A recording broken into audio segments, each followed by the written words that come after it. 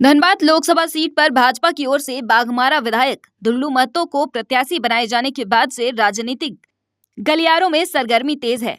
जमशेदपुर पूर्वी विधानसभा के विधायक सरयू राय ने दुल्लू महतो पर पहले तो कई गंभीर आरोप लगाए। उन्होंने कहा कि जिस व्यक्ति के ऊपर 49 मुकदमा चल रहा है, भाजपा वैसे लोगों को अपना उम्मीदवार बना रही है। दुल्लू पर दर्ज 21 मामले धारा 307 के हैं, 13 मुकदमे रंगदारी और दबंगई के हैं और 15 मुकदमे आर्म्स और एक्सप्लोजिव एक्ट के तहत दर्ज हैं। इनमें से 4 मामलों में दुल्लू सजा याफ्ता हैं। उन्होंने 3 मुकदमों में 1-1 साल और 1 मुकदमे में 1.5 साल सजा काटी है। एक तो भारतीय जनता पार्टी ने धनबाद लोकसभा से एक उम्मीदवार खड़ा कर दिया है और मैंने पता किया तो मुझे पता चला कि इनके ऊपर 49 मुकदमे संगीन आपराधिक धाराओं में 49 मुकदमे दायर हैं।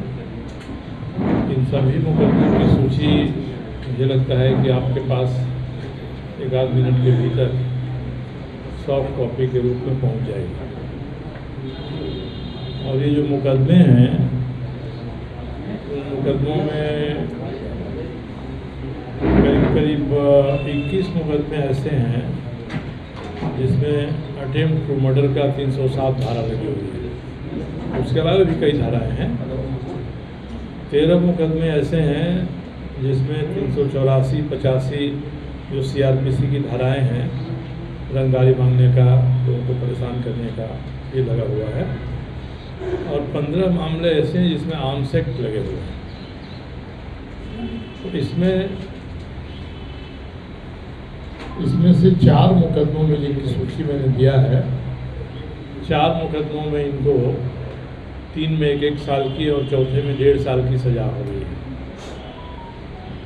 अब ये चुनौती दे रहे हैं कि मैं निर्दोष हूँ और मैं क्रांतिकारी हूँ, मजदूरों की लड़ाई लड़ता हूँ।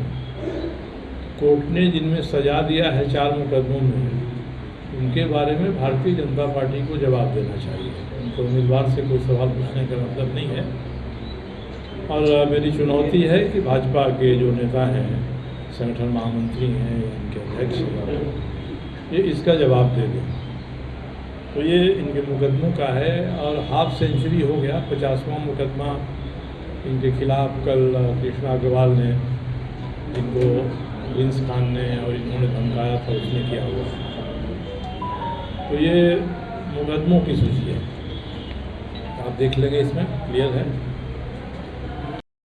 अब इसके बाद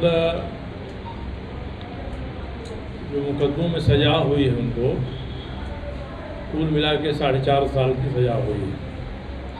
और मैंने आपको जो दस्तावेज दिया है हैंड आउट, उसमें सुप्रीम कोर्ट का एक जजमेंट शामिल है। कहाँ ये राजेश, सुप्रीम कोर्ट का जजमेंट शामिल है। उसका जो ऑपरेटिव पोर्शन है मैंने दे दिया। उसमें सुप्रीम कोर्ट ने कहा है उस मुकदमे में कि एक अभियुक्त के खिलाफ अगर कई मुकदमे हैं तो जो ये नियम है कि 2 साल से अधिक की सज़ा होगी तो आपकी सजा चली जाएगी। तो ये सभी मुकदमों में मिली हुई सज़ा को जोड़ दिया जाएगा और जोड़ने के बाद फैसला होगा। उस तरह से देखिए तो 4 मुकदमों में इनको 4.5 साल की सज़ा हो गई है।